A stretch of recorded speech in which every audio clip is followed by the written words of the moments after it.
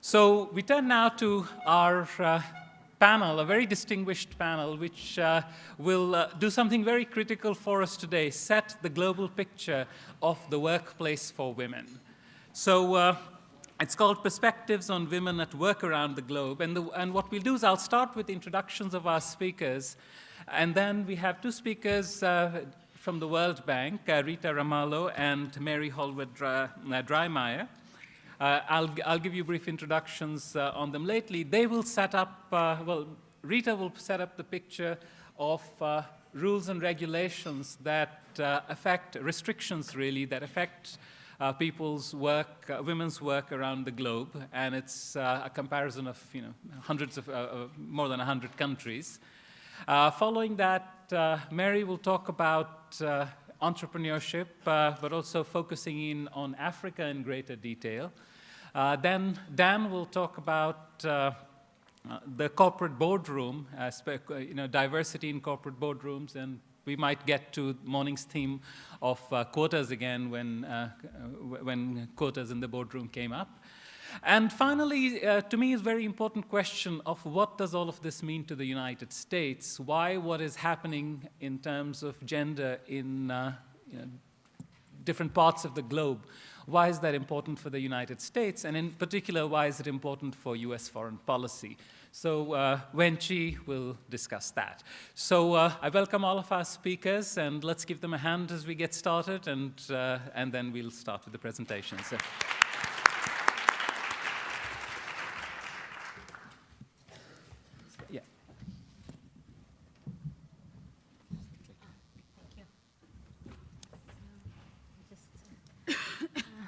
Good morning. Thank you all for coming and for inviting me to this event. My presentation, as Kislaya mentioned, will focus more on data and the global picture and the laws and regulations that affect women. Okay, so it's there, good. Perfect. So I'll be looking at two types of data sets that the World Bank group produces. One is the Women, Business and the Law, which looks more at the de jure perspective. So what do the laws say about women's ability to participate in the workforce, both as employers or employees? And the other one is the enterprise surveys, which are a firm-level data set that look at how do firms actually employ women, are firms run by women, among other things. So it does collect data across over 12 dimensions of the firm, but one of them is also gender. And I'll start first with the de jure part, so the laws and regulations.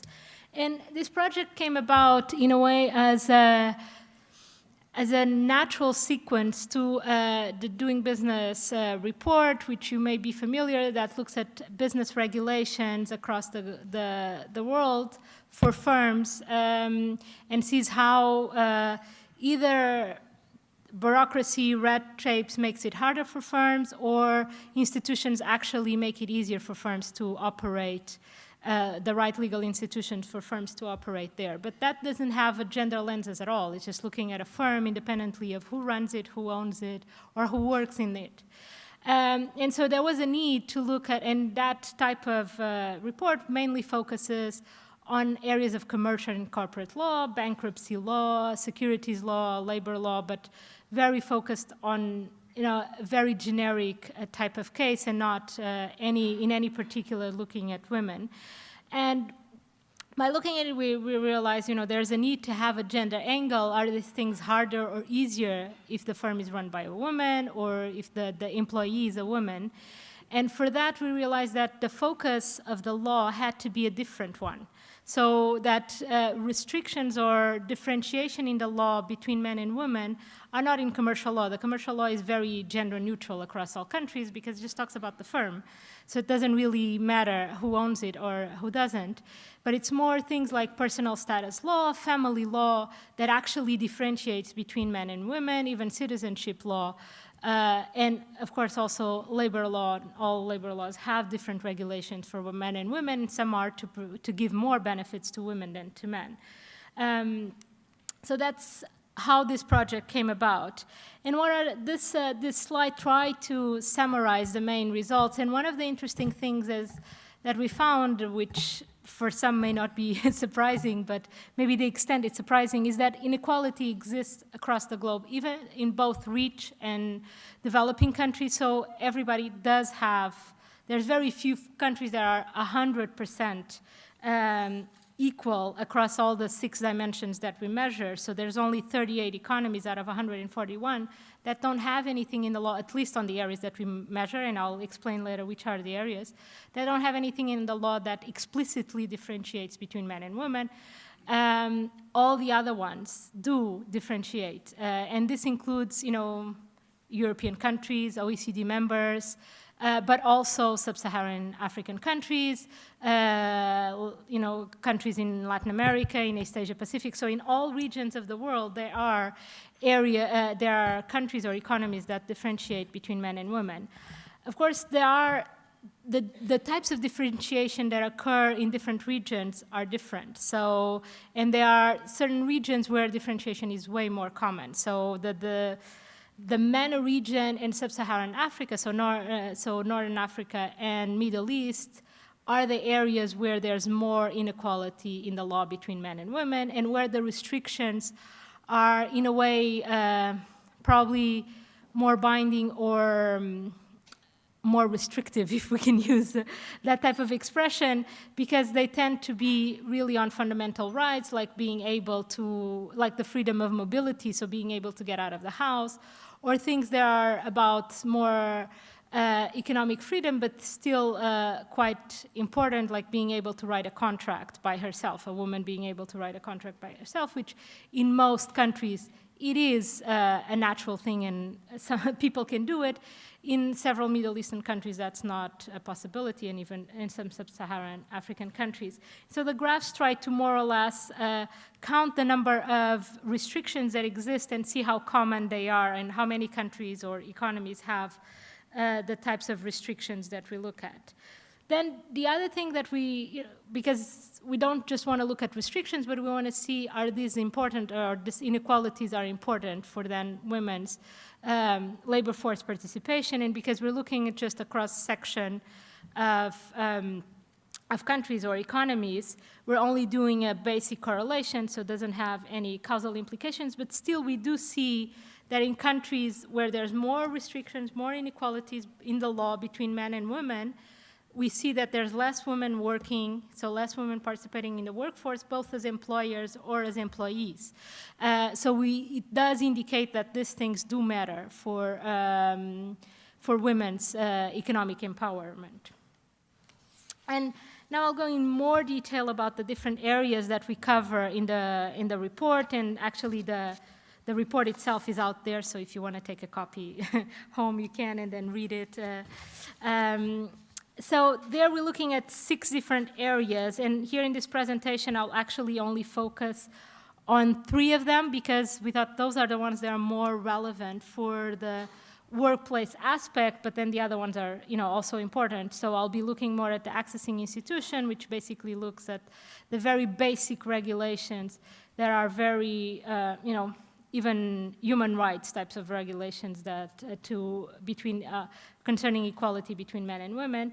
Then we'll be looking at also the getting a job part, which is the labor regulations, and providing incentives to work, which also links more to women in the workplace. The other areas like property, of course, they are very important. Property rights for women, are they equal to men and women? But there we see it more as this is important for women as entrepreneurs, more than necessarily for women as workers or in the workplace. But in the court aspect, of course, that's also important. But given the limited time we had, we decided to focus on the other one.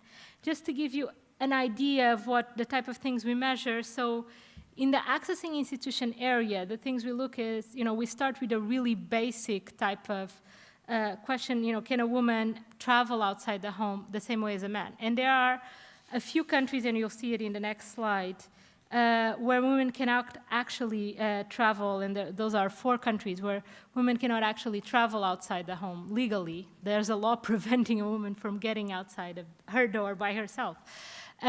So those are really the basic type. And then we move on to things that are less restrictive, but still quite important. So being able to travel outside the country. So being able to get a passport, that's also important for women to be able to participate in the workforce, being able to confer citizenship to children, and there's a lot of differentiation between men and women on citizenship laws, actually. And this is important because normally women are the ones that traditionally, and especially in emerging markets, are the ones that traditionally take care of the children. And so if the children don't have citizenship, they won't be able to go to public school, they won't be able to use the health services. So then it ended up being the woman having less time to actually be able to work outside the house. Being able to legally choose where to live and be head of households are actually quite important for within household decisions.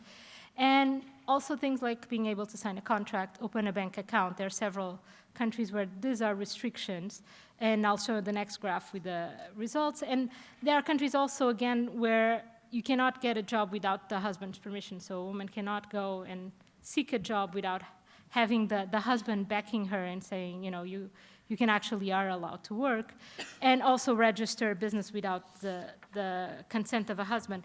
And here it's important to note that we only count restrictions that are not, or inequalities that are not reciprocated. So if, for instance, if to register a business, a husband needs the wife's consent, and the wife needs the husband's consent, that's not counted as inequality because both are treated equally. And let me see. Okay, so this chart just shows you across the different regions how these restrictions play out. And again, you can see that most of the restrictions occur in Sub-Saharan Africa and in Middle East and Northern Africa, but also a few in South Asia. Those are where things are more common than Latin America and East Asia Pacific. They're a bit more rare.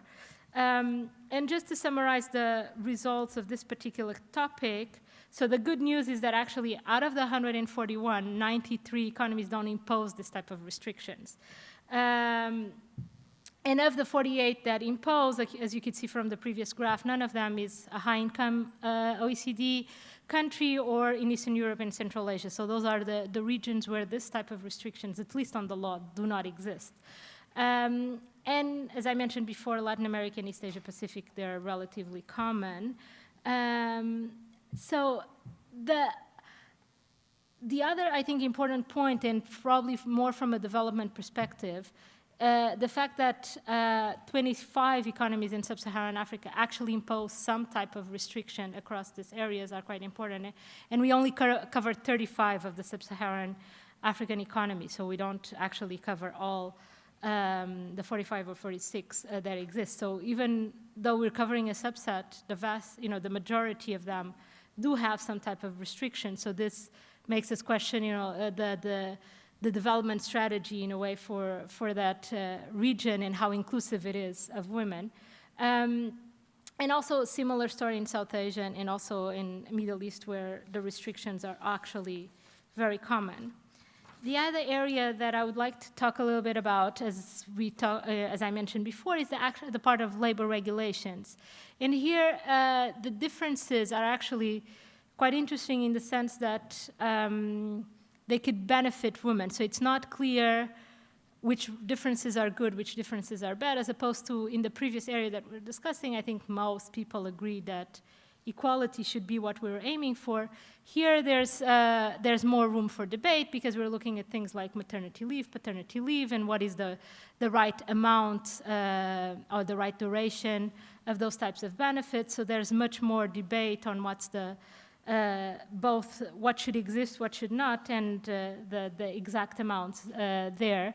So I think one of the striking results here, at least from this area for me, was the fact that there's relatively little paternity leave or paternity benefits. So the father, so I think in the vast majority of countries, or in basically all of the ones we cover, there is some sort of maternity benefits, although in 3, including the US, it's not paid, so at least at the federal level, but there is at least unpaid maternity leave. But in terms of the paternity, it's only 82 out of the 141 economies that have that type of benefits. So it seems like in the area of labor regulation, there's more work to improve men's rights than women's rights, actually. So I think that's probably an area for further discussion. And then the other part that I thought was also relevant for this discussion was looking at the part of, what we call providing incentives to work, where we look at tax laws, and there we look if the tax law is actually in any way, the personal income tax law, if it distinguishes between men and women. And actually there's only 9 of the 141 economies that we cover that actually have different personal income tax laws for men and women. And it's interesting that 5 of them make the tax liability higher for men, and 4 of them actually make it lower for women. So it depends on how you, so there's both positive and negative parts, and I need to move faster, I'm told. And we're also looking at things like childcare, because that's another, as I mentioned before, that's traditionally a role for women, especially in developing countries. So is that provided by the state? How is it possible, does the state try to provide those types of services for free so that women can actually free some of their time to work? So that's the areas we're looking at. And because this was the second year of publication, we actually looked at which countries changed over time, and there the big star of the report we published in September was Kenya, because they actually made a big effort towards gender equality. They have a new constitution, or relatively new now, it's already of 2010, but that made a big strides towards gender equality. And I think one important point that I should make here is that we're looking at the de jure part, so what the law says. So I think one of the challenges for Kenya is also to implement their constitution, so the rights that are granted in the constitution, and make sure they are happening in practice. Then I want to move on to the other data set that I was talking about, that it's more what I call more the de facto, so what happens in practice by looking at firm level survey and by seeing, who works there, who runs the businesses. And so this covers 135 economies, mostly in developing countries, or if not all of them in developing countries. And so we just basically do face-to-face interviews of firms to obtain information of the overall business environment for that firm, and things like, knowing the sales, the number of employees. But out of that, we can also have a gender angle, and that's what we try to explain in the next slide. So these are in general, the type of topics that we look at, and the type of variables we can look. And just globally, and I think Mary, which will follow me, will explain more using some of this data also on Sub-Saharan Africa. She'll focus more her presentation on that area, but I think it's important to see how much more common it is for a man to run a business than for a woman. So you can see the red bar is female top manager, and the blue bar is male. This is the ownership, but you can see, because the red bar is less than 50%, it means that the rest, it's more common for a man to run a business than a woman, because the remaining part would be the percentage of men that run a business, and the same thing for ownership. The interesting fact here is that it's more common for a woman to own a business than to manage it. This could be in part because we don't know if the female participation in ownership, what percentage they have, if they have 100% of ownership or if they only have 1%. So being an owner of a firm doesn't mean that you're the decision maker. So that's why it's important to compare the two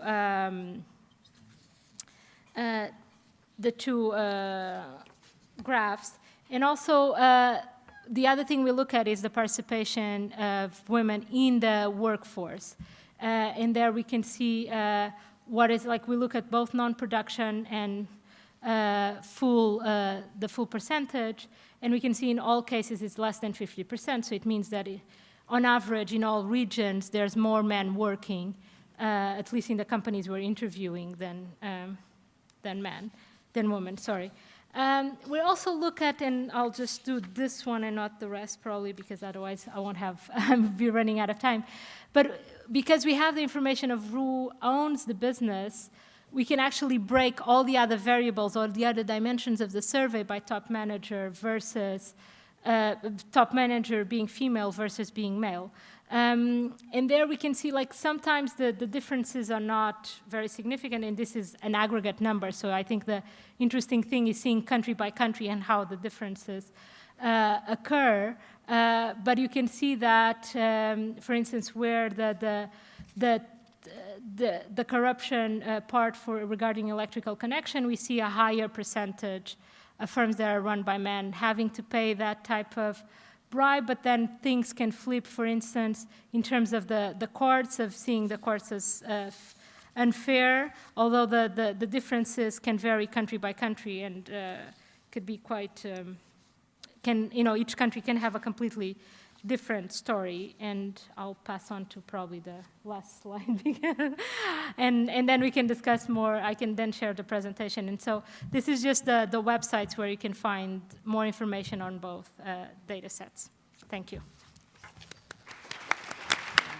Great. Thank you, and again, want to thank you very much, the organizers, for the invitation to be here today. It's actually very good to be able to follow on Rita's work, because this is work that's focused on Africa, but uses two of the sort of databases and sources of information that Rita was just introducing. So the work that I've been involved in is working on Sub-Saharan Africa, and is very much this question of the interplay between the kinds of constraints that women face in being entrepreneurs, focusing on the legal rights, but not only on that, in terms of understanding what kinds of economic opportunities there are and how one might be able to empower women. So one of the things that we are looking at is, how does gender matter? And there are sort of more direct ways and what I'm calling indirect ways to look about it. So one is, women face constraints as women, and I think the law is one of the areas where that is true. So you've seen that that is true globally. I have just a few sort of snapshots of how that is true in Africa in particular. But there's a lot of other ways that gender plays, not necessarily quite as directly, but through differences in sort of gender sorting into the kinds of activities. So what you'll find for some is that smaller firms have a hard time accessing finance, and women are disproportionately in those smaller firms. So gender may be a direct reason why women are in the smaller firms, but it then plays out because of the activities that they're doing and not just directly because of their gender. And I think it's important to look at these two and the interplay between them, so trying to give you some sense of the scale of these issues and how they can vary a little bit across sub-Saharan Africa. So I want to just first take a small step back, and this is actually global numbers for low and middle income countries, just reminding people exactly where it is that people work. And the interest is in entrepreneurship, and that I'm including both self-employment and being an employer, but trying to make a distinction between those two. So the bar on the left is looking for different regions in the world where women work. So the blue bar, the top one, employer, is tiny. It's probably 2 or 3%. And it varies slightly across region, and it varies slightly across income, but not much. So the real sort of more successful entrepreneurs that are able to take that bigger step and employ other people is a pretty small fraction, but obviously a critical one. The one that is much larger are the red bars on the left, the self-employed. And these are entrepreneurs too, but they range. So some of them are potential employers, and others may not be. But they're a significant part of the population, so when you're talking about entrepreneurship, it is worth looking at them. So the bar on the right is by income. And what it's basically saying is the sort of downward sloping, lots of entrepreneurs that are self-employed and low income that drop as countries develop. The green bar rising is wage employment. So one of the big stories of development is moving out of self-employment into wage employment, but the bar that's almost flat at the bottom is the employers. So the share that are employers isn't as correlated with income. So we have that, this is for women, we have similar numbers for men. The question then is, okay, so what's the gender ratio? And this is what you have here. So the blue bar is saying the share in the labor force that's female, which is just under 40%, and it varies slightly with income, but it's reasonably flat. And a just small caveat, this is taking agriculture out, so this is not looking at farmers. you then look at wage employment and the red bar going up. So it's not just that women move into wage employment, they disproportionately move into wage employment with income. So in low-income countries, women make up maybe 20-25% of wage employees, and it reaches closer to parity at higher middle-income status. The share that are self-employed, first to note that that green bar is significantly higher than the blue bar. So if 40% of the labor force are women, 50% of the self-employed are women. So women are disproportionately in often these low return activities of self-employment. The yellow bar at the bottom are the employers. So that women, while they're 40% of the labor force, they're about 28% of the employers. And that is, again, pretty consistent across income. So while there is a gender dynamic, certainly on wages, somewhat on self-employment, in terms of the more successful entrepreneurs, development per se is not a driving force. Okay, so keep those pictures in mind. One of the questions then is the legal rights and how do these play in this? So as Rita was saying, it's one thing to look at the business regulations. Most of them have nothing in there in gender. They tell you something about enforcing contracts or owning property, but they presume and presuppose that you can own the property or enter that contract in your own name. And as Rita has shown, that is not necessarily the case. So we have worked along some of the same lines of what the Women, Business, and the Law has done, but for all 47 countries in Sub-Saharan Africa, we were able to look at some of the smaller economies. And we also included customary law, formal, recognized in constitutions and statutes, because this is a huge part of the legal framework in Africa. And one of the things, just wanting to show, this is breaking it down by low income, middle income. The point being there is no, again, gender difference on this story. And one of the things, it's not just sort of recognizing customary law as mattering in marriage and inheritance and property. It's also, while all the countries, which is good news, have as a guiding principle in the Constitution non-discrimination based on gender, you have about 20% that exempt customary law from these non-discrimination principles. So you've got the formal body of law as customary law prevailing on all these issues of property and formally exempt from non-discrimination. So that was sort of one piece. The other is a sort of a set of some of these household rules. These are more common in civil law countries, the customary law more common in common law countries. And again, you don't have a big story by income, so it is just not the case that some of these legal barriers will be addressed as part of the natural development process. It is something that actually is going to take a more active agenda to really address. And the question is, does it matter? And the answer is yes. So, going back to those initial pictures, self-employment declines with income. Education declines with income. You've got a sort of a story there, the self-employment wage is a development story. The employer and the share that are employers and the share that are female did not vary with income. It's not a development story, but they are correlated with the rights. And so you see a 30% decline in the gender gap of employers in countries where women have the economic rights. So where women can own property in their own name, can enforce contracts, go to court, et cetera, in their own name, there are 30%, that gender gap in who's an employer decreases by a third. So yes, it matters. We also have some country examples. So Ethiopia changed the family law, giving women more economic rights, and you could see the increase in women's participation, particularly in entrepreneurship, and being able to move into being employers. So this is an agenda that matters. The other set, so I think we've been trying to sort of not just sort of look and document what's on the books, but showing that there's economic implications of it. So I think that's some of the direct gender. The other piece was the indirect gender and where women are working and how that matters. So I'm going to get to that. I just have one small caveat, and this is slightly controversial, where women can face additional barriers being women. Rita had shown this slide about corruption and that this is a problem around the world. But where there's a gender angle is that what's being asked for isn't necessarily money.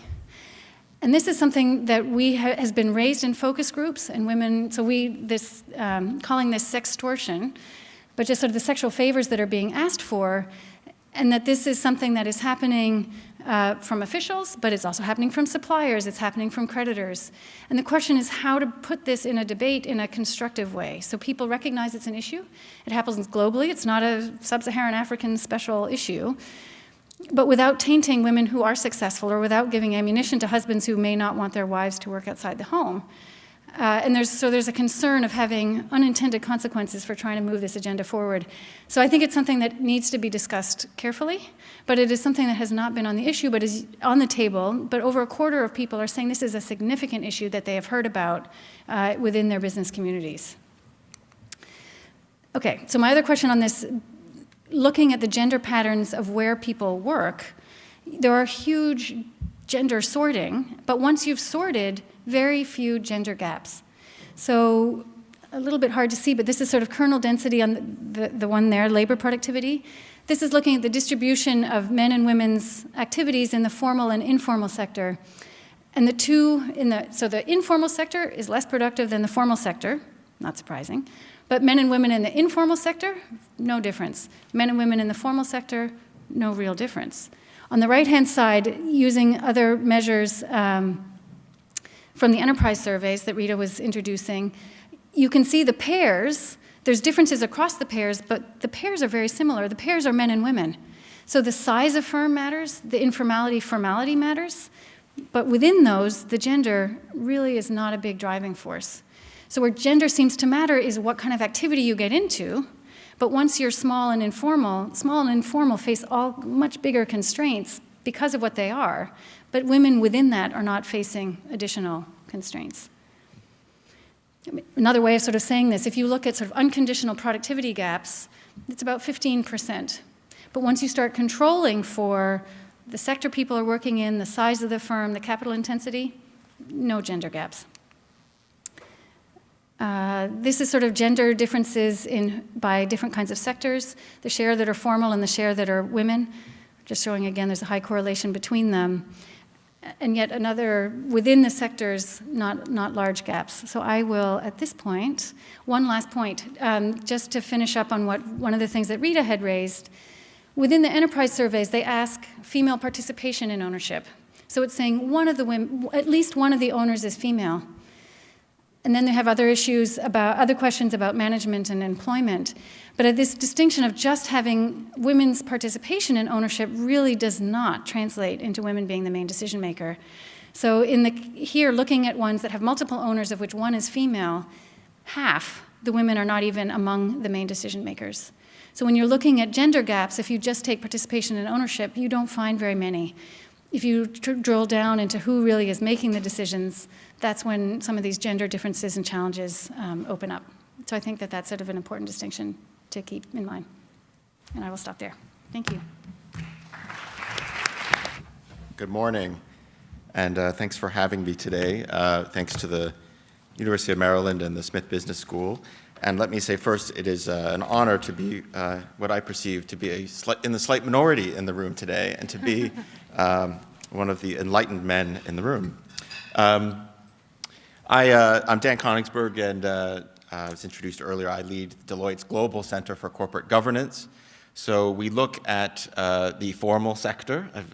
I don't get to say that very often, but this is questions about the boardroom, shareholder, investor relations with the board, shareholder rights, shareholder activism, this kind of thing. And I lead a network of centers of corporate governance that study this and have debates and conferences like this one around the world across 26 countries. And you can see sort of where our centers are. I won't bore you with that too much, other than to say that we look at both developed and developing countries. And I wanted to focus on, I suppose I should declare an interest at the very beginning, and that is that Deloitte takes the question of gender diversity very seriously. We believe this is a business issue, frankly. At bottom, we work with lots of clients, and our clients like to see teams that provide them services that look like them. And frankly, we win more business with more diverse teams. And we want the smartest people working at Deloitte, and many of those happen to be women. So for us, it makes great business sense. We also see this as a moral imperative. I think it is simply the right thing to do. And for that, we feel very strongly. For governance, I think there's a strong belief that women and other folks serving on boards, that come from other backgrounds than just being a white male lead to better outcomes, more and better discussions that lead to better decision making. That's a strong belief that we have, and we've been trying to do research on it. And one in particular that's out there for you to look at is a piece that we've just done and published in January called Women in the Boardroom, a global perspective that came out in January. We look at 18 countries around the world that really have introduced legislation to encourage more women to serve on boards, or in fact to require them to serve on boards. We heard about this a little bit this morning, and we saw this as a little bit of a trend. We wanted to study it and understand it. I think it's important to say, Deloitte does not take a position on quotas. We're not going to be that is it controversial or whatever. I mean, not everyone would agree with us. Even if we did, I'll betray my personal sympathies and say that I'm a big fan for reasons we could get into later, perhaps. But Deloitte itself doesn't take a position. I think, on the one hand, you have a lot of people who would look at quotas and say they place an unfair foot on the scale in favor of women. I think that quotas have been labeled or libeled as unfair in that respect. I think others might argue that quotas are in fact no less imperfect than the current system that we have, which, no matter how you look at it, for many people who serve on boards today, you're not there necessarily because you're the best person for the job, but it may be because of who you know or networks that you have. So the counter-argument, I suppose, is it's no less imperfect.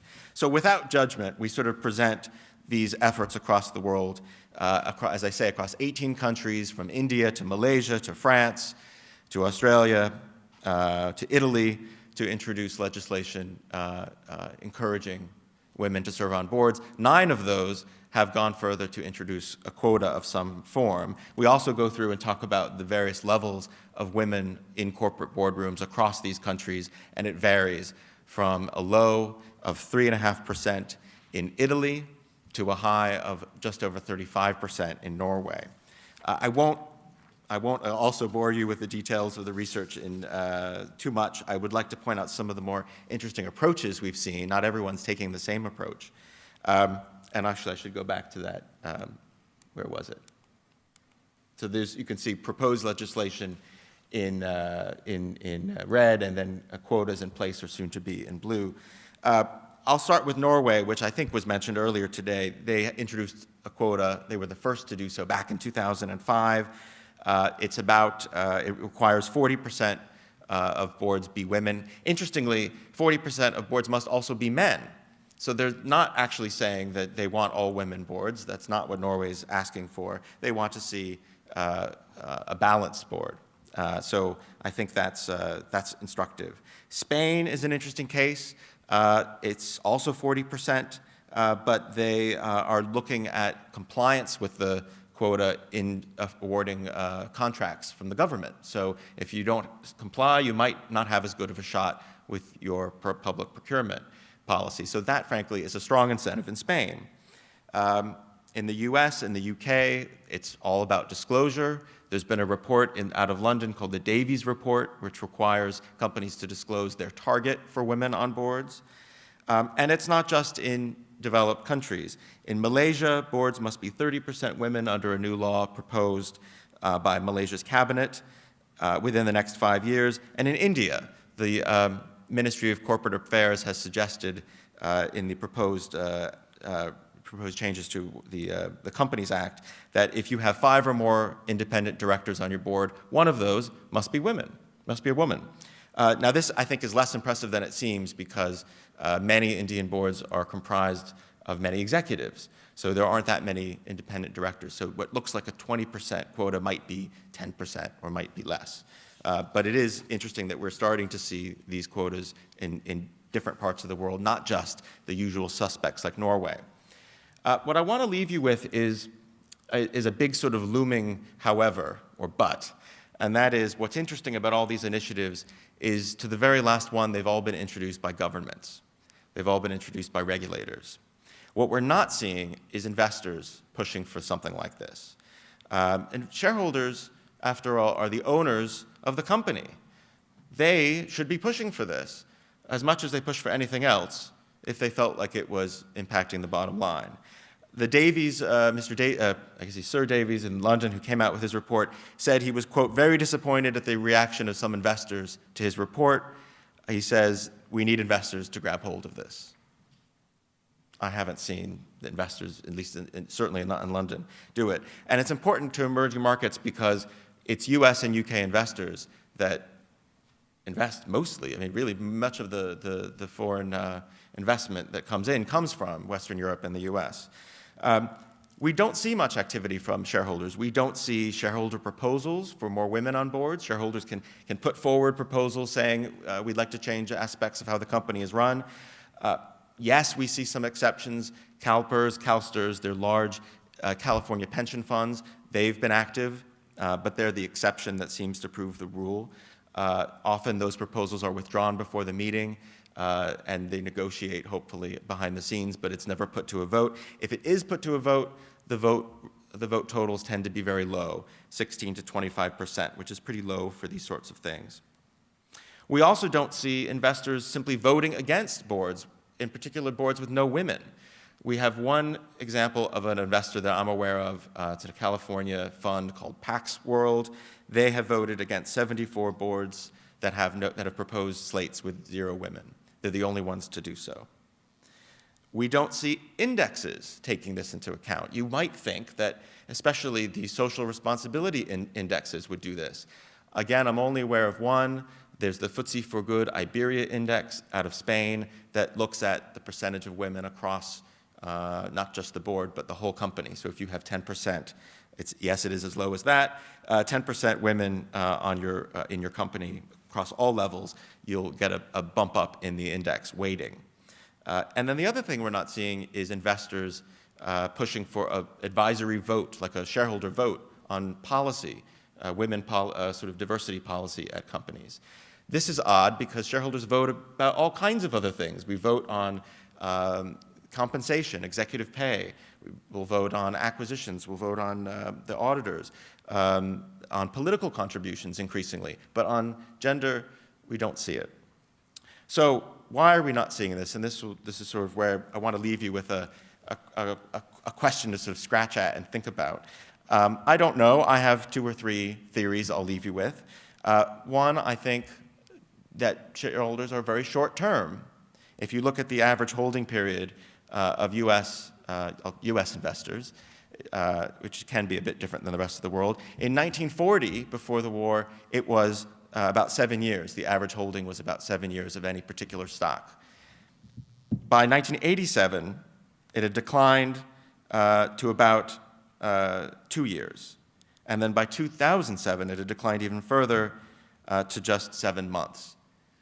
7 months, and that was 2007. We suspect it's now down to 3 or 4 months. So if you think, even if you believe that gender diversity in boards or across companies at all levels will improve the bottom line, as I do, it's something that's not going to make a difference over 3 months. You know, it's going to take impact on strategy, on thinking over, hopefully, several business cycles, or at least one.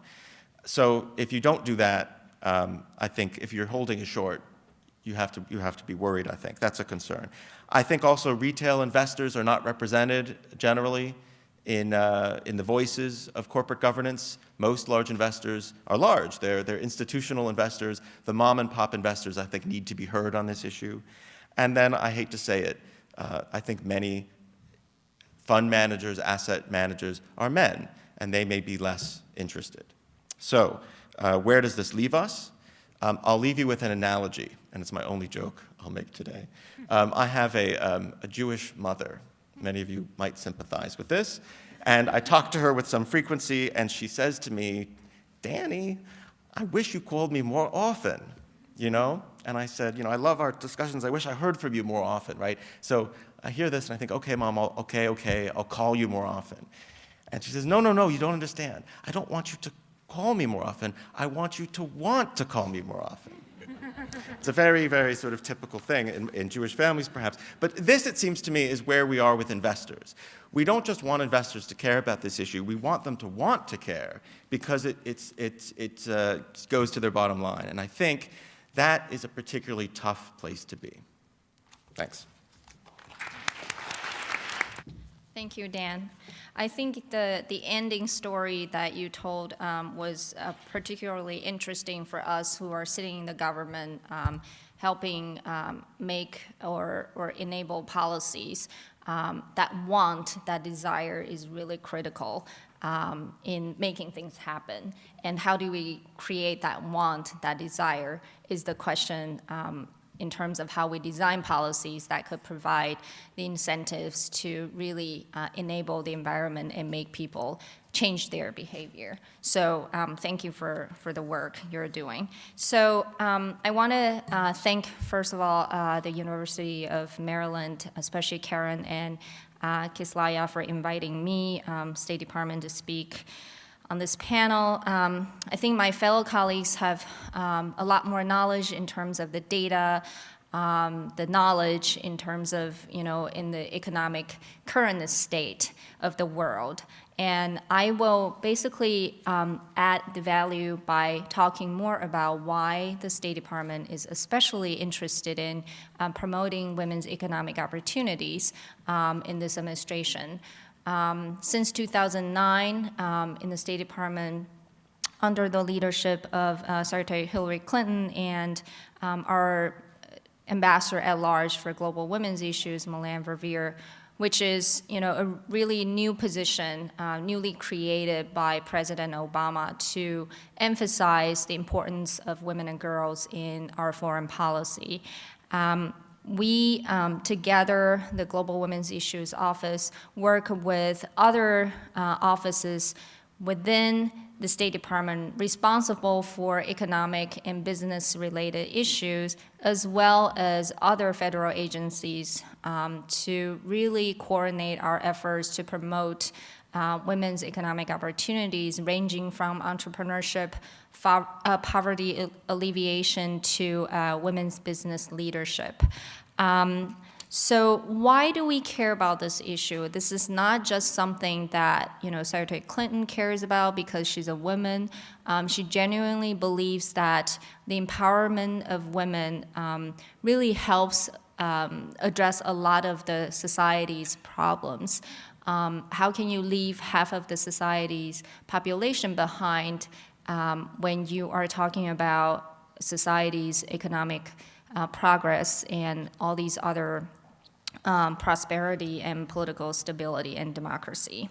So one of her major speeches, really putting out the policy framework on women and the economy, was during APEC Women in the Economy Summit last year in San Francisco. So she said, women are a vital source of growth that can power our economies in the decades to come. And this statement is really based on mountains of studies from the World Bank, studies from Deloitte alike. And there are many, many more in the past, I would say about 5 years of time frame. We're seeing a surge of interest from the private sector as well as academia and international organizations from the UN to the World Bank. And some of the studies, they focus on different sectors, like Deloitte, especially interested in the board diversity issues. And some of them are more interested in development economic issues. But all of them, all these studies have really demonstrated that the inclusion of women should be used as an economic growth strategy. It's no longer a women's issue for the fairness or justice issue. It's really for economic growth. If you truly want your economy to grow, your GDP to grow, you have to think strategically how to tap into the talent of your talent pool, and half of them are women. So whether it's from education, skills training, capacity building, to really elevating their voices in the decision-making process, by adding the women's voice and women's wisdom into the decision-making process, your outcomes will naturally be better. So that's our belief, and supported by all these studies that I have just mentioned before. So some of the really interesting statistics for you to think about include, I'm going to use 3 examples.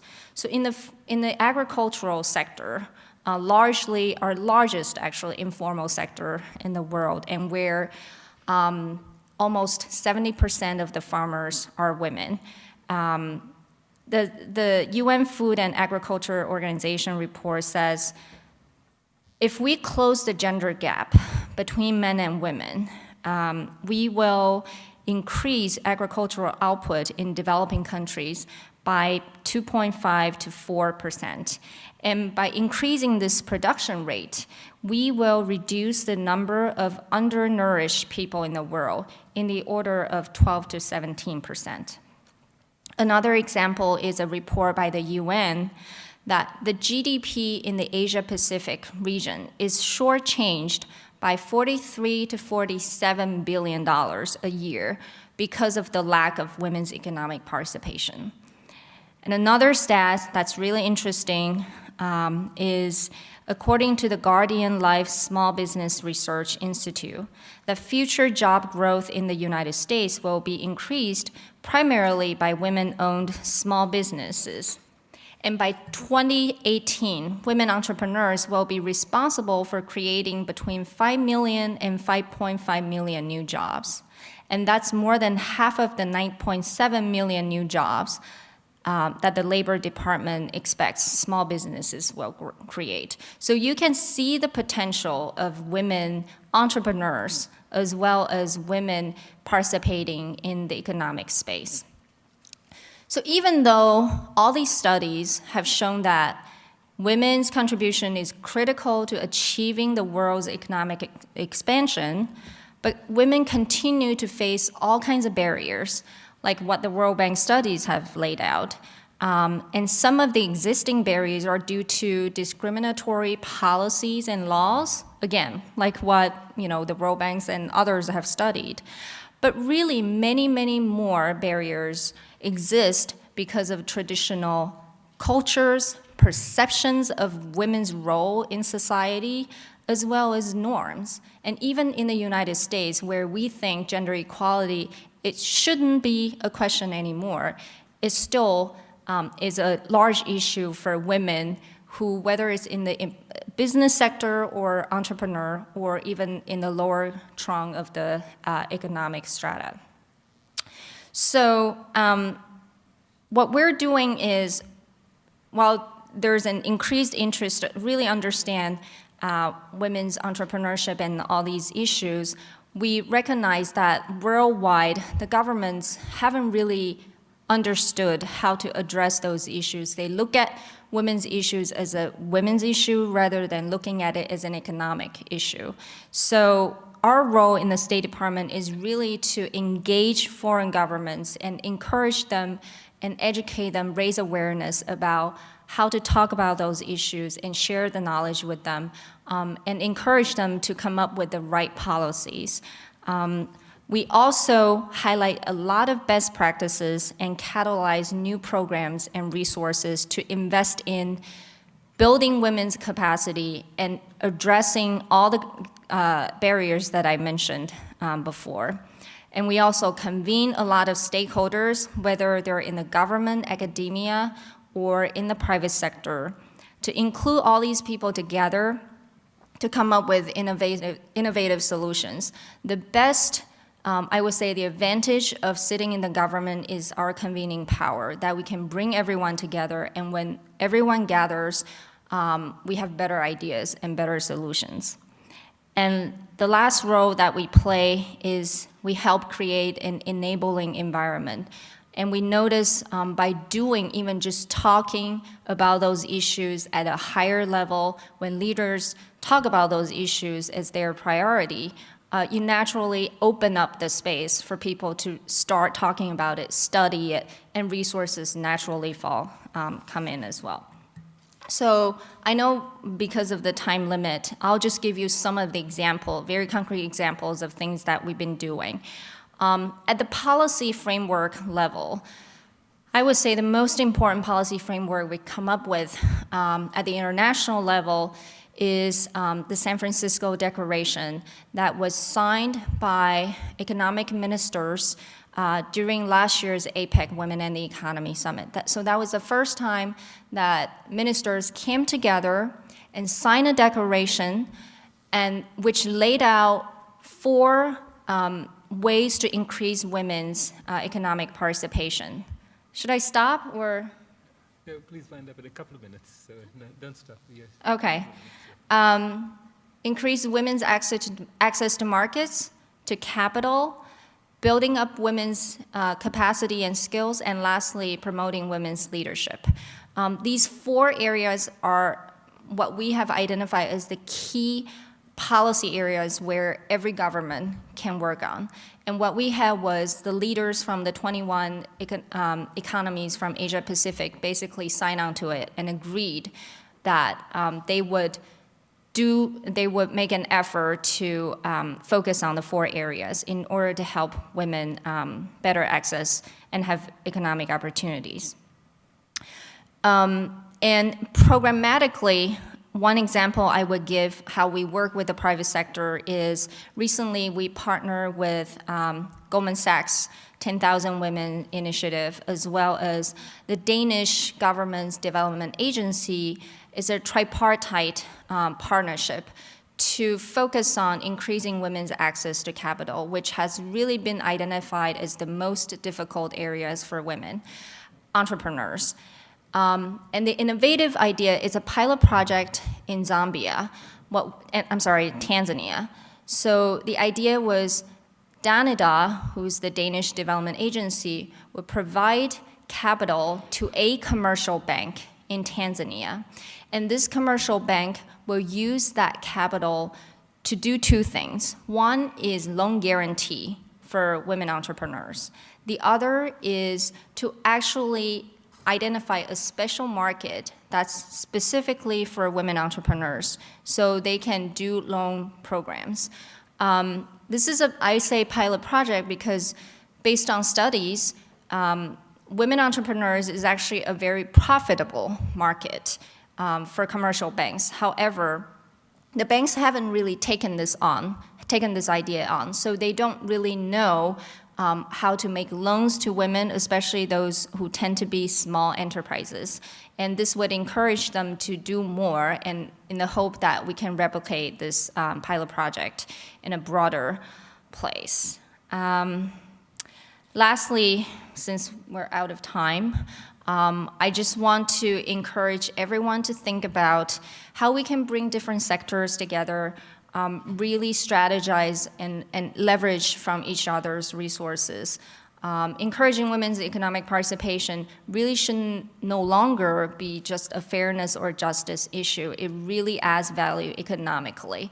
And how do we get the message out to get all the stakeholders to understand it? And we're very pleased to see that increasingly, especially from the private sector, they're thinking about how to incorporate that into their business bottom line and business strategy, rather than seeing as a corporate social responsibility or a philanthropic activity, sort of doing nice things, but really about getting more women into their supply chain, diversify their employee pool, that really increases their productivity as well as profitability and management performance. So thank you.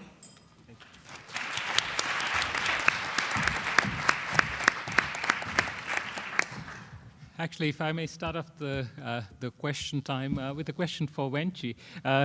So we think of the State Department as being interested in peace and stability, and do you see in the department a link between economic opportunity for women and peace and stability in a country? I think that's a no-brainer.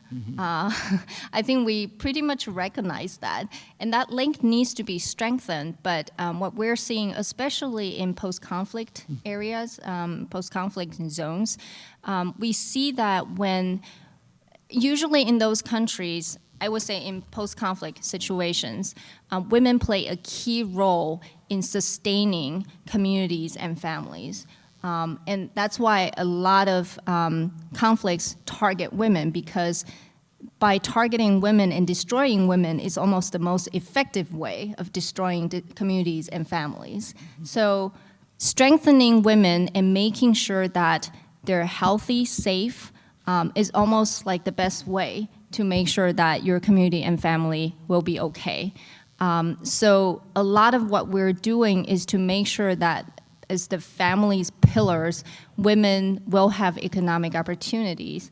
And that's also another reason why we're doing so much in the Middle East, where we see is still on the brinks of a lot of potential conflicts, really making sure that the source of stability in family and community, which is basically women, will have a steady income, as well as the kind of economic support to make sure their children do not have to be on the streets and be unemployed, but really go to school, get education, and have a better future.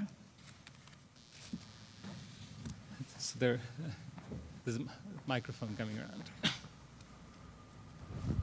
My question is for Dan. I was struck by your comment that you don't see shareholders and investors flocking to increase women's participation in business. And the only answer I could come up with is that there isn't enough evidence documenting the wealth creation aspects or outcomes associated with women's participation. Is that accurate? That there isn't enough evidence? Yeah, evidence. I mean, rigorous studies showing that women's participation will increase the wealth of companies. That could be it. I mean, as I said up there, I mean, I'm a bit at loss as to why. There are a lot of issues that investors care about and push for, and we see them very vocal, even where there's no evidence. Questions about, this I mentioned political contributions. There's a big trend now to say every shareholder should have a vote on political activity at companies. But greater control over that does not necessarily lead to better outcomes, more profitability. So I find it odd, to take this as this particular issue, why people aren't pushing more. I say, again, I think a lot of it is short-termism. I think the right voices aren't being heard. A lot of the mom and pop holders are not out there fighting loudly for this. But I don't know. I don't think it's evidence. I think it's structural problems with the investment process. If you look at how fund managers are paid, I mean, these are the people who hold and invest our money. If you have a 401k plan, if you have anything in a mutual fund, it goes to an asset manager who is given a bonus based on quarterly results, not based on results over a year or 2 years. So you're not going to be paid based on getting more women at a company because it doesn't show quarter to quarter. I think there are more fundamental structural issues keeping this issue from the fore. There's a question there. Thank you very much. It's been a really enlightening conversation.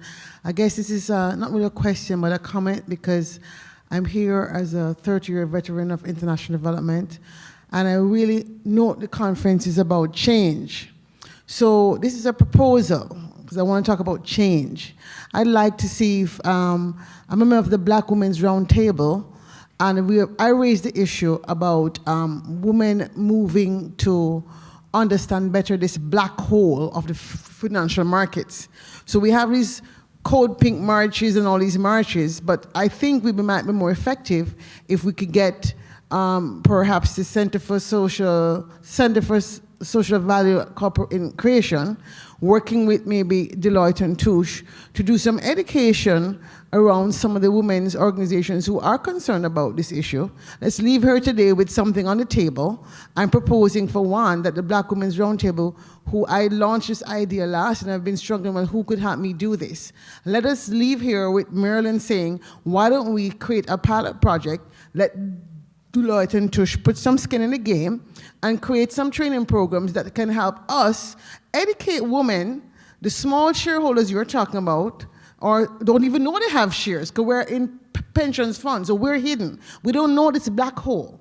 So educate us what that means so we can now say, all right, we want corporations to do X. So 2 years from now, we don't come back with the same conversation. That's my proposal. My name is Claire Nelson. President of the Institute of Caribbean Studies and ideation leader of the Futures Forum. Thank you so much for the opportunity. That's great. We accept your proposal. We think that's much needed. We'd be very happy to talk with you after, and let's do something together. Let's do it.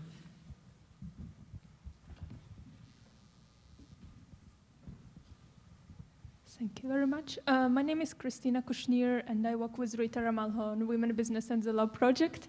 And I have a question to Dan.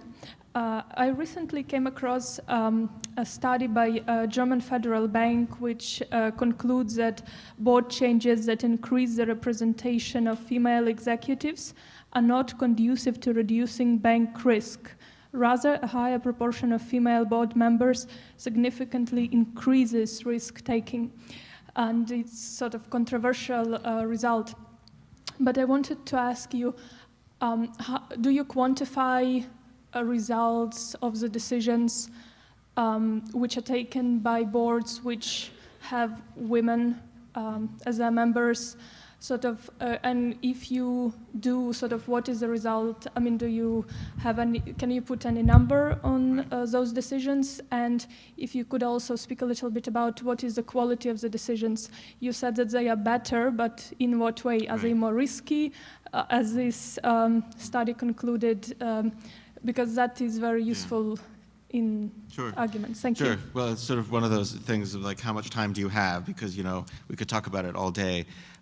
We don't ourselves try and quantify. There's a lot of studies out there. As you point out, many are contradictory. The Norwegian experience has shown, and there was one study that showed it helped, and another study that was mentioned earlier showed that it hurt. The banking studies out there. A lot of this is very hard to separate from the business cycle and the fact that, you know, we've just gone through a great financial crisis. The Norwegians happened to have introduced this in 2005. It's not the year to have introduced it if you want to show a great link to growth and corporate success. So that's, I think that the jury will have to remain out until we go through a business cycle or two, 10, 15, 20 years. I would like to see that. In my personal experience, what I see is decision-making quality. You don't get it until you get more than one woman on a board. One woman on a board of 10 men, you know, she'll ask a question, she'll be politely listened to, and she'll be often marginalized. You see this, by the way, not just with women, but with shareholder activists who get on boards. People like Carl Icahn, who buy 5% and seek a board seat, try and change things by getting on the board. One person alone can't do it. Usually you need 2, 3 people to really start to have a block that feels differently about an issue and can convince the rest of the board. I also think, frankly, that you know, gender diversity on boards is itself a proxy for something else. We don't want women there because they're women. We want them there because they have different experiences and they bring something different to the table. Because everyone else, for mostly worse, you know, has seen one thing all their lives, and there's a bit of groupthink, and they're shaking their heads, nodding their heads, yes. I wonder whether the benefits we'll get from gender diversity will extend, you know, 20 years, 30 years in the future, we hope, once women have had these same experiences as men has. I'm not a gender triumphalist in this sense. I mean, I think that eventually those benefits might go away. So I hope that starts to answer your question. Well, I've been given the signal to conclude this session, so I want to conclude by thanking our panelists. This, on behalf of the Smith School, but also myself, this for me has been just a wonderful opportunity to work with you on putting this session together. And thank you all so much.